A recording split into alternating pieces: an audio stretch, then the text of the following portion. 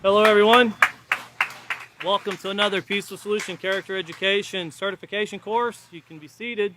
And for those of you that are coming in, please feel free to find a seat, join in. Welcome to all of those who are watching via the internet. And welcome all of you. Once again, just a reminder, we always like to remind in case we have new people watching. If you were in the second book of the junior high series going through the Peaceful Solution certification, it's known as the acceptance unit. And of course, this follows the character unit. And if you don't have one, please go on to the section there entitled where you can download, and you'll see the character unit. And if you select the More tab, you can click down and you'll be able to download the book we're in presently at this time. And it's the Teacher's Manual of the Acceptance Unit. And you want to make sure you get a teacher's manual when you're going through these courses, because all of the notes and information that's involved is something you'll need as a teacher. It's very beneficial, and for those of you that are teachers, you'll find them quite handy and very easy to use, and they help get your minds prepared and help get you ready for your classes. Well, our last class we were talking about, we had covered the equation of hate, and of course we were talking about intolerance, and speaking about how intolerance is the opposite of acceptance. And of course, on page 23, we talked about how no person should be rejected because of any physical characteristics. And we also talked about different cultures and religions that were also involved. And we were talking about how when people are doing things, if it brings no harm to themselves, someone else, or the environment, in other words, it's not causing damage, it's not causing hurt, it's not causing pain, it's not something that would lead to someone becoming harmed. These are things that society should be willing to accept. People have the right to make choices, and of course, when these choices are done appropriately, when there's no, going against the rules of ownership, taking things without asking, or someone hasn't done something that breaks a moral rule, or a rule that all society agrees to accept, and one of those, as we speak of in stealing, that's something that, I heard as we've been through many places and went into many correctional facilities, we've learned one thing from people that go to prison for stealing, and they'll tell you very quickly, they don't even like to be stolen from. So they accept the fact that they don't want to be stolen from, but they haven't learned to, I say they haven't learned, they could have learned by that time when they're in prison because they see the results of it, but a lot of people still have a problem with realizing that everything needs to be asked for. And we always teach our youth in the Peaceful Solution that everything you see, think to yourself, who owns that? And if you don't own it, then you need to ask. And that's something that we have to accept. It's a very fundamental rule that we teach our children. And then they go, well, who does own it? Well, that doesn't mean that you need to know who owns it. If you look at something and you want to use it and it's not yours, you can ask, can I use it? That doesn't mean you need to get the history behind it. The answer is merely yes or no, and that's something that we have to accept in life. But also with these intolerances that we were speaking of, and we're going to get into some really sad parts about intolerance and what it's led to. Of course, on page 23, we also talked about how immoral, and this is the second paragraph, immoral negative character should always be discouraged. It should never be promoted. Someone should not laugh. When you laugh at something that somebody has done that's negative, you're showing acceptance by laughing, and one of the most common things we see in a school is a student will pull the chair out from underneath another student, and that child, of course, or it could be an adult, falls, and everybody laughs in the classroom. And that's showing acceptance to what was just done, the harm that was just done to the person, whether it be male or female, that's irrelevant, but a person was just disrespected. And we can't stand for those things. We have to stand up because you never know. A lot of things seem harmless. A lot of things seem like, no one really got hurt. Well, how would you feel? What goes through your mind if somebody does something embarrassing in front of everybody else to you and you're the one that receives this embarrassment? How do you feel? We all tend to think that everybody should go through life and anything negative that's done to them should be like water off a duck's back. But it doesn't work that way for us. We actually replay it over and over and over in our mind. And the goal of the peaceful solution in going through the acceptance, one of the greatest things that we want to get into the minds of everyone is life, and we'll speak about this more tonight, life in general should have value. You should not have to know the person to value that person's life. You shouldn't have to know their parents or their grandparents. You shouldn't even have to know them, period, to have value for their life and to accept they have a right in society. The only thing that we're trying to discourage, and this is through education, is immoral attitude and immoral behavior. That is really it. That is the limitation that we've set for the peaceful solution, is to help rid society, starting with ourselves. This is not looking at society and telling them they need to fix themselves. No, we start with ourselves, and then we go outward. So like we said, as this teacher, you always become a student. You're always a student first, then a teacher, but you're always a student. But also here in the second paragraph, it says, if they display negative moral traits, those traits should be rejected and the behavior pointed out. And once again, this is through, as we talked about, through an educational standpoint, not through a loss of emotion and a loss of anger, which turns into rage, but through an educational standpoint. So with those things in mind, turning over to page 24, we talked about the equation of hate, and we want to get this firmly in our minds because this intolerance is what we're going to speak of tonight, and we're going to give some examples of some intolerance that took place even here in the state of Texas. And I remember when it took place back in 1998, and it's always stuck in my mind. Even the man that suffered from what took place, we have it here, the story, part of it in our book in the acceptance unit. But of course, the equation of hate, we learned that a tolerance plus inconsiderate plus racism plus discrimination, it equals hate. And of course, we've seen that hate is an intense hostility or an extreme dislike. And of course, you can't go around just hating people. And we see that in society today where people hate people because of the color of their skin or because of their religious beliefs or because of their nationality. People will have derogatory names or derogatory terms for people just because of those very basic things. And then you can even have, neighborhoods to where people go, oh, they're from the north side. We're from the south side. The rich people stay on the south side. If you live on the north side, you're poor, which is stereotyping, and we'll get into that tonight also. But consider these things as we move forward about this hate and what it takes to lead to this hate.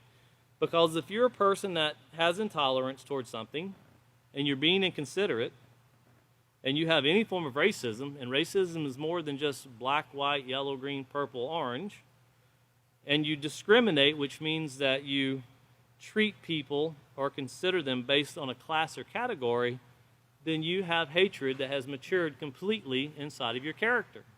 And that's a very dangerous thing, an extremely dangerous thing. It will lead to causing hurt and pain upon people without having any care that you've done so.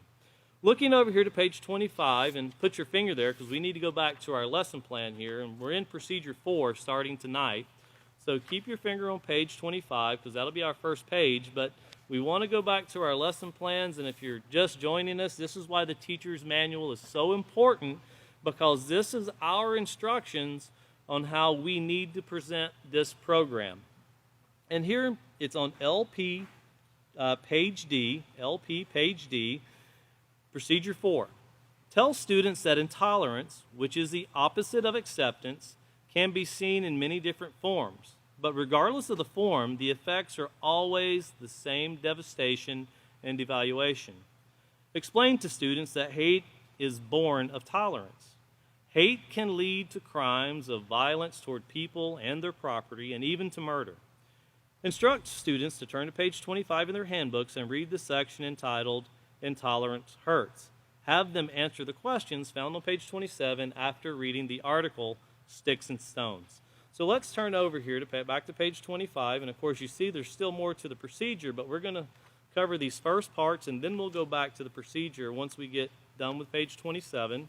So turning over to page 25, entitled Intolerance Hurts, and we see here once again that intolerance is the opposite of acceptance. And if you remember that tolerance is the opposite of being intolerant, and on page 2, on page 2 where it says others count 2. This is for your notes, so you have something to refer back to, and I'll read it for you. You don't have to turn back there, but it's the second sentence. It says, well, I'll read the first 2 sentences. It says, here's something else to consider. Each person is just as important as you are. That means that as you learn to accept your life is worthwhile, remember that so are the lives of others. This is called tolerance, and it is an important part of acceptance. Well, intolerance is the opposite, as we see here, the opposite of acceptance, and it takes many different forms. Stereotyping, prejudice, and discrimination are all ways in which intolerance manifests itself in our society.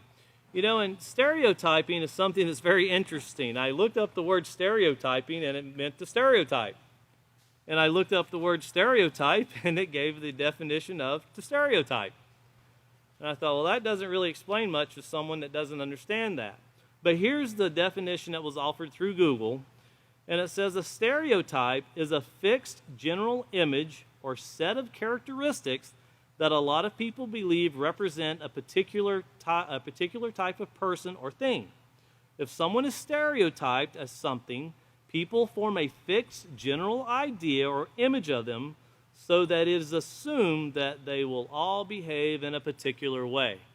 And, you know, I've learned a lot from the children we've traveled with for years, and examples were given to us because we have such a variety of youth in the house, in the Peaceful Solution and in the work that we've done and still doing through traveling through many places. And there was one young man who I learned a lot from. I have a lot of respect for this young man, and he's Asian. And we were given a class one time, and he said, like stereotyping, I'm Asian. How many people here think I like rice? Everybody raised their hand. And he said, I don't like rice. That's stereotyping. Just because I'm Asian, you assume that I like rice. You know, and there's some forms of stereotyping that can be very hurtful, like all blondes are dumb. That's something that's stereotyping, very negative. Or all redheads have very short tempers and they can explode very quickly. You know, that's stereotyping people. And then there's some very positive stereotyping that can take place. You know, one thing that I've learned, and this came true with this young man who was Asian, was Asians are very knowledgeable when it comes to electronics because that's something they pour themselves into. They're known for that. And he was very knowledgeable and still is very knowledgeable, and that stereotyping is something that's true, and that's nothing negative about that. But when stereotyping becomes calling people dumb because of the color of their hair, or calling people nasty or poor or so forth just because where they live, where they're from, that's something that shouldn't be accepted. And prejudice, I want to read you the definition of prejudice. And remember, the first character trait we are taught in the Peaceful Solution is to become educated. Always make an educated decision. That is how we start off with positive character. And of course, the definition, this is from Merriam-Webster's, and it says, injury or damage resulting from some judgment or action of another in disregard of one's rights, especially detriment to one's legal rights or claims. And it also means having a preconceived judgment or opinion. This means you already form in your mind what's right and what's wrong before you ever hear it. In other words, you judge the book by its cover. But also the definition is an adverse opinion or leaning form without the grounds or before sufficient knowledge. Before you get all the facts. And remember, knowledge is power. And when making a proper positive decision, getting all the facts is what gives you the power to make the right decision. And a lot of people don't realize that that is power. Having the ability to make a decision that is true, that is positive, that is just, that's power. But when you preconceive what's right and wrong before you ever hear anything to do with the situation, that is being prejudiced, and that's negative character. But continuing on here on page 25, it says, intolerance, when directed at an individual, community, or nation, results in fear, distrust, anger, resentment, and even war. And we look at nations today and we wonder why nations, everybody's in the nuclear race. Everybody wants a larger nuclear bomb. Even North Korea with what they have parades to show what they have. Russia will do it. The United States has been known to do it. China has done it. But nations want other nations to know this is what we have. And that fear comes from the distrust of other nations. Because I have something bigger than you, my gun is bigger than your gun, and we're pointing at you, so we are the stronger person. But when you have 8 countries all pointing nuclear weapons at each other, you don't really need a very big nuclear bomb to cause a lot of problems. And that's on a global scale. Well, what about on a societal scale? Think of the city of Chicago, and think of the very innocent people that have been sitting in cars, sitting on their porches. There's even stories of young children laying in their beds that through the shootings that are taking place, people that aren't even a part of what's going on in the streets are dying. There was an article about a young woman. I say young. She was probably in her 40s, might have been early 50s. She went to see her son graduate, and she was in the Baltimore area. And as she sat on the balcony in the hotel, she actually got a stray bullet, and it killed her. And she had just went to see her son's graduation, and she was just sitting there. But a stray bullet from a shooting that was taking place ended up in her body. Now, that's something that I would say most of society would say we can't accept. But my question is, do you really think society understands what needs to be done to fix this? A lot of people will say, well, in acceptance, they expect this. We need to pass more rules. That's what we need to do. We need to pass more rules or laws concerning whether it be guns or so forth. But let me ask you and ponder this. If you already have a rule or a law that should prevent it, is passing another rule or a law going to cause the people that broke the first rule or law, is it going to cause them to keep it now? It's not. You have to change the mindset of how they perceive that rule or law. They have to have their education, their thinking, their way of conducting themselves has to be retaught. Because remember, these things you're not born with hate, you learn to hate. You're not born to do many negative things, you're taught to do many negative things. And sometimes that teaching comes from the lack of parents teaching, and they go out somewhere else to learn other things. Children are always wanting to learn things. It's up to the authorities, parents, guardians, as to what you allow in them. And then you have a lifetime to see the results of it. Well, in the second paragraph here, it says, an intolerant attitude starts when one judges others unworthy to live in peace and security because of superficial differences, such as the color of skin, the culture of their beliefs. Regardless of these differences, there must be, and underline that word must, this is something that's very important because this is a key ingredient to bringing this together. There must be a basic fundamental value and respect for all human life. And we say human life here, but you can easily right over to the side and say for all life. It doesn't matter whether it's your pets, birds in the air, no matter what it is. If it has life, respect should be shown to all life. And of course right here we're speaking of human life, but respect for all life is required to bring forth true peace in society. And it's, once again, regardless of these differences, there must be a basic fundamental value and respect for all human life. Now keep in mind that respect is regarding someone or something as important and showing honor and concern. And for your notes there, remember we've already added the word compassion to respect. We did that back on page 13. And you'll remember that little black box that was over to the side. We talked about empathy and compassion, and we also discussed that in the character unit with the positive character traits in chapter 1. So also add compassion there, and of course we'll get to what we know as the 3 C's as we proceed through the peaceful solution, building slowly one block upon the next. But notice here, the basic fundamental respect for all people means to avoid violent, verbal, or physical behavior. So it needs to be avoided at all costs. That doesn't mean the situations won't present themselves. But people have to consider the options that are before them and avoid them when they present the possibilities of arising. And of course, people tend to think that, and this is something we'll learn, once again, all these things we'll gather as we move forward, people tend to think that anger in itself is an uncontrolled emotion. And that's not true. And we'll get much deeper in that. But just think for now, anger just means it's something you're displeased with. When verbal aggression, cursing at someone, throwing punches, yelling, when that kind of behavior takes place, that's called rage. And that's uncontrolled anger. That's very negative. So keep that in mind as we're moving forward to these things, because we want to kind of mold the way the peaceful solution wants us to understand things, because when you recognize things that are positive as positive, then we can move forward. But if we recognize something that's negative as positive, we're hindered pretty heavily, and we're working backwards instead of moving forward.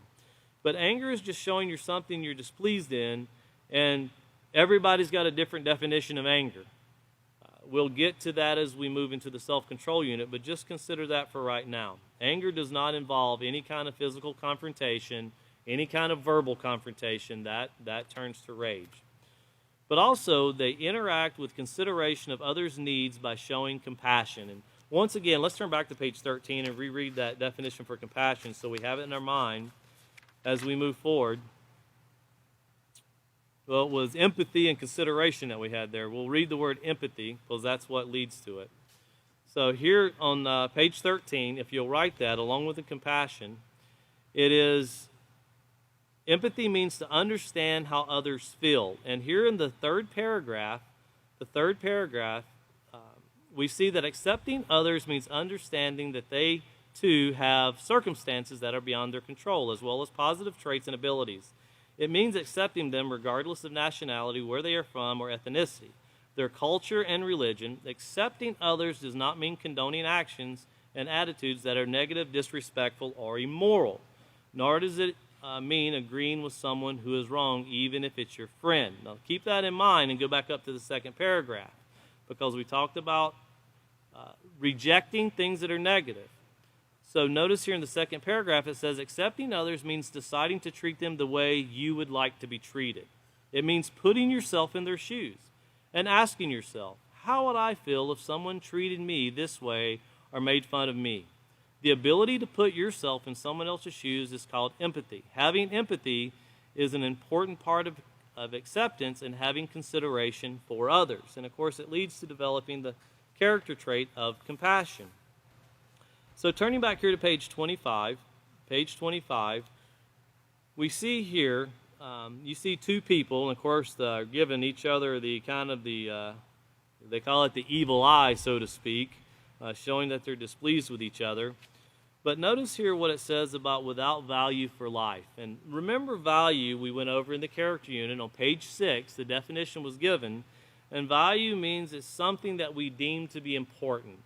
And we talked about how values can vary from one person to the next, from one family to the next. We talked about how people even value people differently. You know, children will look at their mother and their father very differently than they will look at other adults who are men and women. And that's acceptable. That's fine. They should have a closer attachment to their parents or their guardian and so forth. They'll have a different view of their grandparents and their, and so forth, and their brothers and sisters they'll view differently than their friends that they have that they'll meet as they grow older in life. So value can have many different levels, but we're deeming things as important and we're considering about it being positive, having the value for life, having true care and concern for life. But notice it says without value for life, respect and compassion, the result is hatred in the form of intolerance. So without having this respect, compassion, and value, a true concern for all life, we breed intolerance. Some people who are intolerant demonstrate their hate and contempt for others by physically or verbally assaulting them and their property. These forms of intolerance have been classified as hate crimes. Hate crimes deprive others of the right to live in peace. These crimes can range from property damage to murder. Hate crimes can leave victims feeling angry, depressed, afraid, and distrustful. The victims of hate crimes are sent a clear message that they are not welcome in a particular neighborhood or community. And if you've seen the news recently, It was very popular on the news in the last, I would say, month, of this Asian lady that was in New York, and she was walking through the subway system. And as she was walking, a guy walks by and just hits her so hard in the face, he knocks her out. And everybody's standing around, and the guy just stands there like she deserved it. And they come out. He'd never met this lady, didn't know her. She didn't say anything to him. She didn't look at him. But he just hauled up and hit her. And the only reason he could come up with was she was Asian. And how much sense does that make? And where did that thought enter his mind? Because thoughts lead to feelings, and feelings lead to actions. When someone says, I wasn't thinking, well, we talked about in the character unit, you're always thinking. And it could be a very quick thought, but we're always thinking. But these hate crimes we see taking place, and this book was written many years ago, but the examples that are given in this book are so relevant to what takes place in society today. It's like this book was like it was written before its time, so to speak. It literally, if we could have adapted these basic principles into a generation 20 years ago, think of the difference we could have made. And think of the difference we can make starting today. Well, here on page 26, you have victims of intolerance. Read the following articles about the effects of intolerance. The first one we're going to read is a situation that took place in India, and it was reported by the Independence News in New Delhi. And it says, rampaging Hindus burn Muslims, children alive. And it says, India's worst outbreak of Hindu-Muslim violence for a decade escalated yesterday with the death of 60 more people in the riot-torn western state of Gujarat amid fears of violence could spread. A political crisis also loomed as the Indian Prime Minister Atal Bihari Vajpayee begged Hindu militants to halt inflammatory plans to raise a temple over the rubble of the mosque. 6 rioters were shot dead by police, and at least 7 Muslims were stabbed to death as towns in Gujarat erupted. Muslim businesses, homes, vehicles, and mosques were set alight. Now we see here, this is not only having disrespect for human life and no regard for human life, but there's also religion, as we talked about, being involved here, where there's a hatred and there's kind of a clash of people because of beliefs. And it says a single act of violence stood out on a day of horror. A 2,000-strong mob surrounded a block of Muslim flats in the Hindu-dominated area of Meghana Najar, and it set it alight. A dozen children and 26 adults were thought to have been burned alive. The mob blocked roads to stop police and firefighters from rescuing victims. The mobs were out for revenge after nearly 60 Hindu activists from the Hindu World Council, the VHP, were murdered by Muslims who hurled firebombs into their train at Gadhara. Stations on Wednesday, the horror of the attack, in which 14 children died, stoked an atmosphere of intercommunal hatred that threatens to spread to other states. And of course, in New Delhi, you're talking about an enormous country as far as population. And whenever things like that break out, this hatred breaks out, it becomes very quickly the act of what 1 or 5 people or 10 people did is kind of forgotten, and it becomes us against them. It's when, and I won't give countries, but I'll give example. It's like when country A invades country B. Everybody in country A wants to dominate country B, and everybody in country B wants to make sure they drive out country A. And everybody from that country is an enemy. And that's kind of the way that it's formed in the minds of citizens. And we can think, well, why would people hate that if someone come in, because we're just going in to help them? Well, think of Syria for an example.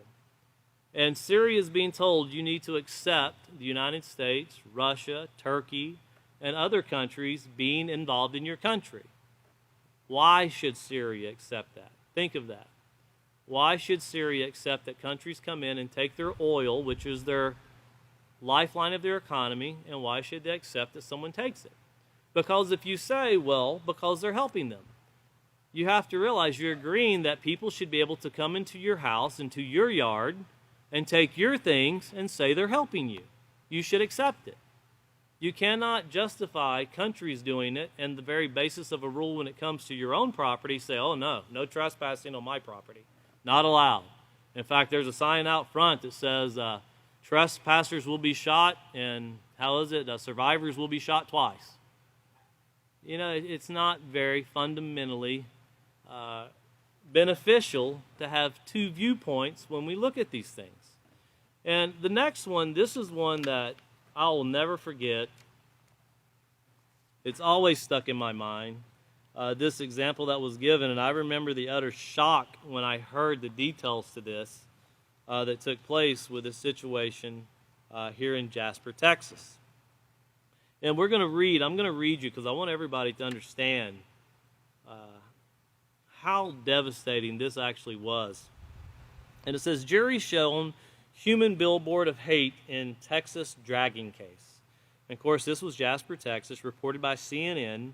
And it says, Texas prosecutors in the trial of one of the three white men accused of dragging a black man to his death said Wednesday that John William King did not wear his hatred on his sleeve, but wore it all over his body. Prosecutors showed colored photograph of dozens of intricate racist, satanic, and neo-Nazi tattoos on King's body to the jury. Now, that gives a brief kind of summary of what takes place, but I want to read you exactly what took place. That was in 1999, but the actual murder took place on June the 7th of 1998. And the man's name was James Byrd Jr. He was 49 years old. That's about a year older than I am. It said on June 7th, 1998, Byrd, age 49, accepted a ride from Sean Berry, age 23, Lawrence Brewer, age 31, and John King, age 23. Berry, who was driving, was acquainted with Byrd from around town. Instead of taking Byrd home, the three took Byrd to a remote county road out of town, beat him severely and spray painted his face, urinated and defecated on him, and chained him by his ankles to their pickup truck before dragging him about 3 miles. Brewer later claimed that Byrd's throat had been slashed by Berry before he was dragged. However, forensics evidence suggested that Byrd had been attempting to keep his head up while being dragged, and an autopsy suggested that Byrd was alive during much of the dragging. Byrd died about halfway along the route of his dragging when his right arm and his head was severed as his body hit a culvert. While almost all of Byrd's ribs were fractured, his brain and skull were found intact, further suggesting that he maintained consciousness while he was being dragged. Berry, Brewer, and King dumped the mutilated remains of Byrd's body in front of an African-American church on Huff Creek Road, then drove off to a barbecue. A motorist found Byrd's decapitated remains the following morning along the area where Byrd was dragged. Police found a wrench with Berry written on it. They also found a lighter that was inscribed with Possum, which was King's prison nickname. The police found 81 places that included portions of Byrd's remains. Since Brewer and King were well-known white supremacists, it was determined by the state law enforcement officials the murder was a hate crime. They called upon the Federal Bureau of Investigation less than 24 hours after the discovery of Byrd's remains. The special agent in charge of the FBI's Houston office said that they were assisting because of the case's extreme circumstances. Now, when you hear about a man being dragged and he died, you think, if you've ever seen a culvert driving down the road, that's when you go across the driveway and you see those metal barrel deals that you drive across that allows the water to go through. Imagine hitting that and your body being severed in half.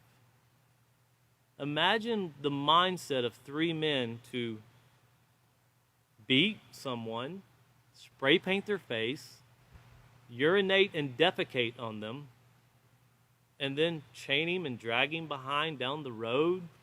No care what he was going through. And then their excuse for not being as violent was, well, we slit his throat first. That was supposed to make it sound better.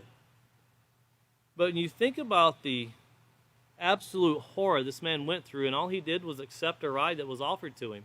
3 people offered him a ride, and he accepted it. Now, if he could have seen the end result of what getting in that truck would have going to cause, I don't think he would readily accept it. But in society, it's not just this man.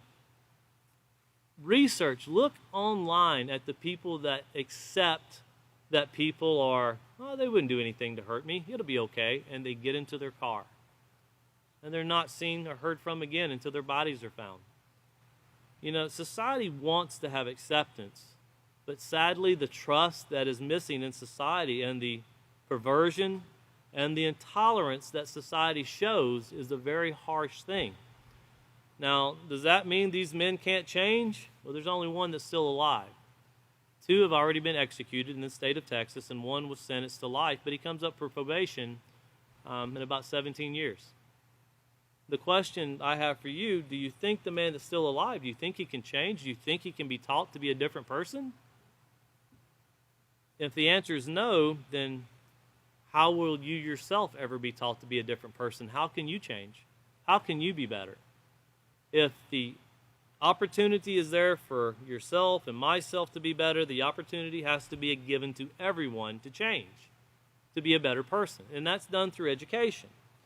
So think about that as we move on here to the next intolerance example of Jews attacked in separate incidents in Chicago. And of course, Chicago seems to come up every summer for all of the murders that takes place. And it's always shocking me because Chicago is not the number one, it's not the most deadliest city in America. You know, but you always hear about Chicago. Well, here in Chicago, Illinois, this was reported by CNN News, it says Chicago police are treating as possible hate crimes 2 separate attacks against Jews in the city's north side. No injuries were reported in the attacks Thursday night near Roger Park. In the first incident, at least 3 slingshot-wielding men in a van fired marbles at 3 people about 10 p.m. You know, when you think about slingshotting marbles at people, I think that would hurt pretty bad. Police arrested 3 teens, a 14-year-old and 2 17-year-olds, who said they were Palestinians. Police spokesman Kevin Haley told CNN that officers found slingshot marbles and hate literature in the van. Soon afterwards, at 10:21 p.m., a 43-year-old rabbi wearing traditional black jacket and black hat was attacked in a drive-by shooting. No arrests were made. They called him by his name and opened fire. Haley said it's just a possible hate crime they're still investigating. Let me ask you, when people do things, and I want you to think about, they're considering these being hate crimes. Is there any way to harm someone without having hate? Is there any way to do something that could take someone's life without having no value for them? We have to accept if people are doing things to bring harm to someone else, that's intolerance. Whenever it's matured to bringing forth an act of bringing harm, that is hate. There's no question. There's no, well, he shot him, but he didn't die. I don't know if that's hate or not. Well, what is it? It sure isn't making friends, and it's sure not anything positive. We have to recognize things for what they are. In society, we like to sugarcoat the bad things to make them sound not so bad. And I'm not in any which way in any of these things that I'm saying am I faulting law enforcement or any of those things. I say the peaceful solution says these things start at home. And that's where the problems truly began. And it's through education or the lack thereof. And this is how we need to deal with these things, because when we read these things, they're horrendous. You know, they were just shooting marbles at people with a slingshot. How many people would like to be shot with a marble with a slingshot? I personally don't want to experience it to know that it hurts. And I don't want other people to experience it. I don't want my children or your children or anyone else's children to experience these things. I don't want to see a person who is from Palestine be injured by people who are from Israel, nor do I want to see a person from Israel be injured by people from Palestine. It doesn't make sense. As we'll get into here in the United States, we like to look at other countries, but yet there was a lot of people died just because of where they lived on one side or the other of the Mason-Dixie line. These things, a lot of hatred have come through society, and we tend to think we've moved so much forward. Well, you can see in the news today, and we haven't really got very far. In fact, it looks like we've fallen backwards. We just sugarcoat phrases, and we make it sound not as bad. Well, we can see that intolerance is very prominent in our society. Here on the bottom of page 26, and remember, we're going to have discussions after we read the Sticks and Stones with the students, and we really want these things in their minds. We don't want to put opinions in their minds. We want to put facts in their minds and help them make positive decisions. Here at the very bottom of page 26, it says, these are only a few of the millions of cases of intolerance that occur every day in today's world. And that's not an understatement. Millions of cases every day in today's world. Only a few are shown here, and certainly not the more violent ones. And you tend to think, well, Mr. James Byrd Jr. died a very horrible death, being dragged by a vehicle. You can find many more that I wouldn't want to compare and try to say his wasn't bad, because I don't want to experience what he experienced, and I think that's horrific. But I think there's just as many that are as bad or worse that you can find. So just by watching your local news, you would be aware of these many and other similar crimes. Hatred is much more shocking when it involves a member of your own family or a close friend. It could occur in your life unless we all make a change to our attitudes. The thinking that, that would never take place with me, never take place with my family, never take place in my lifetime, that's proven to be wrong. In fact, there's many parents that, no, that'd never take place to my family. Well, sir, we're not here to tell you it took place to your family. We're here to tell you that your son's the one that did it to someone else. That's what we're here to tell you. So no, it didn't take place with your family, but your son's the one that did it, or your daughter's the one that did it. Why? I've given this child everything. Look at the shelf of video games he has. There's nothing he wants. It's all there. Well, that's great, but did you teach him? Did you teach him basic, positive morals? If you say that in today's society, most people will go, well, people know that. They know how to be thankful. They should. Everybody knows how to be thankful. No, they don't. No, they don't. That's like saying, well, that's just common sense. Well, it's just not common anymore. It hasn't been common for a long, long time. And we see that in society. Well, here are Sticks and Stones on page 27. Now, we talked about things that are done to people in the open, but now we're going to talk about something that's done where people are really doing things that are very hurtful behind someone's back. But it just so occurs that person hears them as they do it. And it's just as hurtful. It's just as painful. And it's called Sticks and Stones. And it says, this is a young lady speaking here, and it says, when I was 11, our family moved to Hawaii, where my father had been assigned to lead the Navy band at Pearl Harbor. My mother enrolled my brother and me for music and literature courses. Later in band at Panua School suggested that my brother take the entrance exam, and my parents signed me up to take it as well. It was 1959. Being a new girl in an impressive institution is always an excruciating hardship. And you think of the standard that she expects of herself because of this prestige of this institution. Many of the students had been together at school since kindergarten and were less receptive to a socially awkward, chubby, buck-toothed girl from the mainland. On break, I was sitting in the bathroom stall. I heard several girls enter the room. It quickly became obvious that they were talking about me. The most unflattering terms, they busily dissected me, mocking my hair, my weight, my shoes, my clothes, my voice, and my manner, until one of them noticed my shoes in the stall.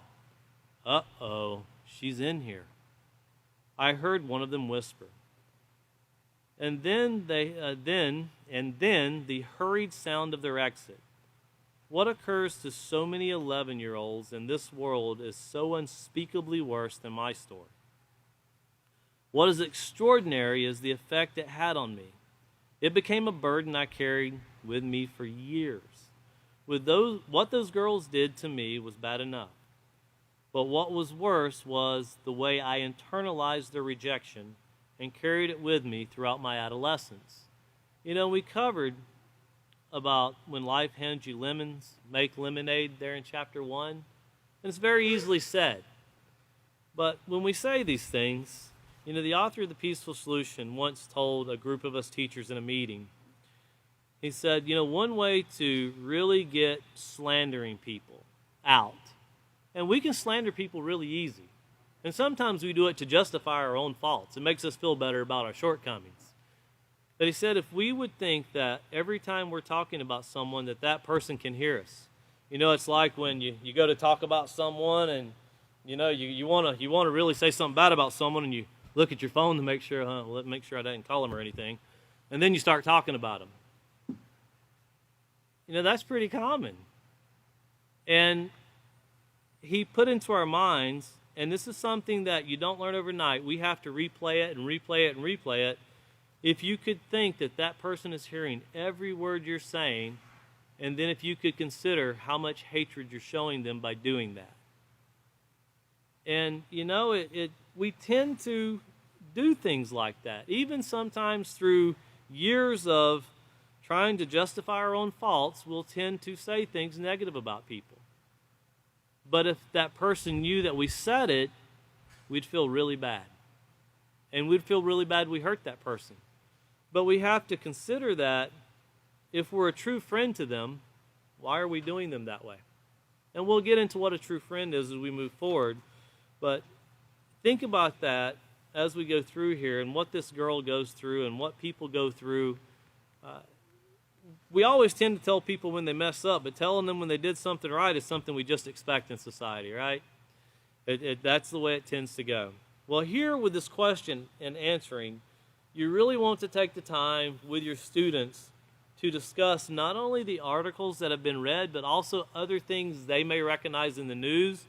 But the one thing you want to make sure of is make sure the stories that are discussed are factual. In other words, if they bring up something, find it on the internet. The internet has almost everything there.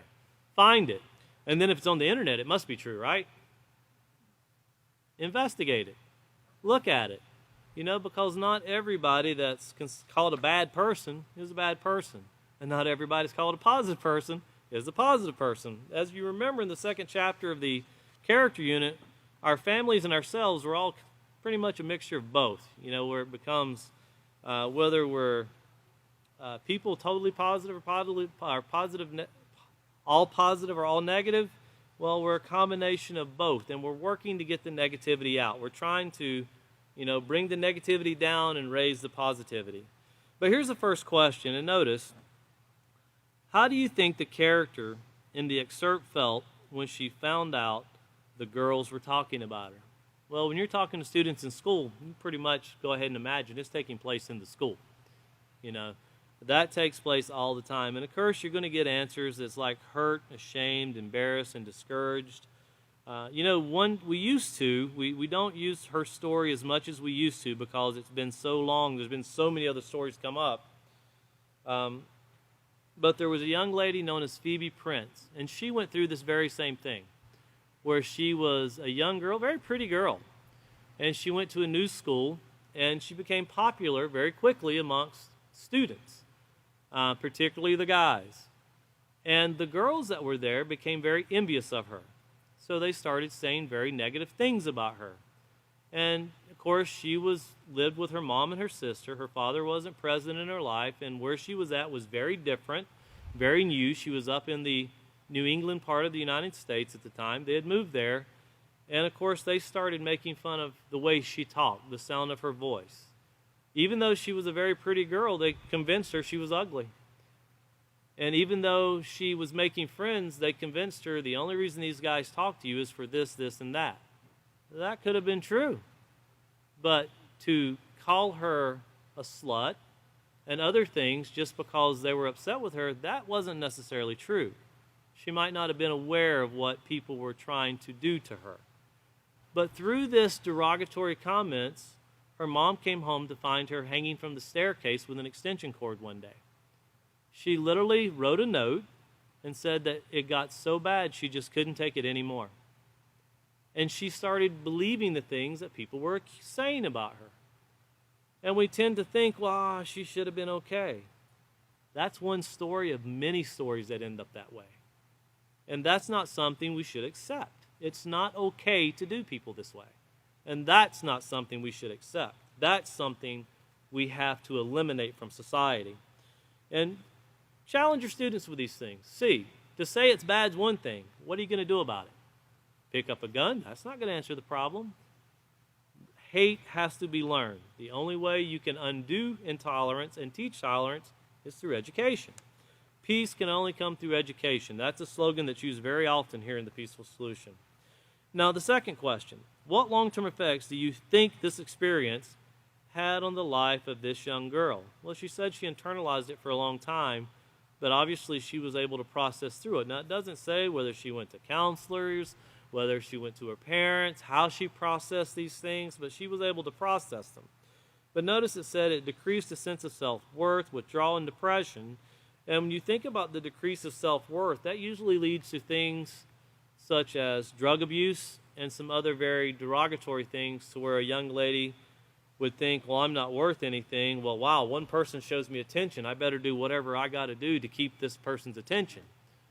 And it leads to very deadly things that can take place in one's life with disease later on. And we think, it couldn't be that bad. It is that bad, and we have to acknowledge it's that bad. But once again, have discussion, and the challenge you're going to find with your students is that they're going to want to bring up things that are in the classroom with people that are in the classroom. I remember he did this or she did that, and we've experienced that a lot, and you have to very quickly go, that stops right here. We need to talk about on a global scale, and on what takes place in this classroom with issues, that needs to be dealt with in a very private level. In other words, counselors need to be involved, and not everyone in the classroom needs to hear these things. So guard against that, because this exercise can very quickly turn into a gossip session right in your own classroom, to where people are demoralized. So number 3 here, it says, if you were in the same situation, how would this experience make you feel? And of course, answers they might vary, but embarrassment, hurt, depressed, and distrustful. It's hard to make friends when you think everybody's against you. And it's easy to convince yourself that even the people that aren't against you are against you. And as we talked about before, youth usually have a hard time processing answers from teachers, guardians, parents. They tend to think that they're being harsh to them when they're trying to protect them. And that's what we should be doing as parents, teachers, and guardians. I'm not saying that some people aren't harsh to people, but we should be offering positive correction, and that doesn't mean it will always be accepted. But once again, what were we doing when we were 15, 14, 13, when we were corrected? How did we accept it? Or did we accept it? Did we fight against it? Born to be wild. That was the saying I remember when I was growing up. Well, you can't be but so wild, and the wild goes out pretty quickly. And question number 4 here, it says, what would you do if your friends were treating someone that way? And this is where we get into the responsibility of a situation. And it says, answers will vary, but they might include, tell them to consider the feelings of others, to realize and accept that we are all different and we must accept one another the way we are. And that accepting each other the way we are, remember going back to page 23, we said that in addition to our physical differences, this is the first paragraph of page 23, we also have different cultures and values. So in addition to our physical difference, we also have different cultures and values. Physical characteristic traits, as we talked about, it says, as you learned from the previous chapter, people do not choose their physical characteristics or where they're born. So here you have people that are being harsh to people, being mean to people. Who decides where they're born? Who can, as you're in the womb, go, hey, Mom, can you go to this state and be born? Can you go to this country and be born? There's a lot of people that do try to come to countries so their child can be born in another country just to get the benefits of that country. And when you're born in a country as the United States, you think, well, we're here. I guess it's okay. And then we gripe and complain about our country. If we want to make it better, we need to learn positive character. We need to learn to do what makes it better.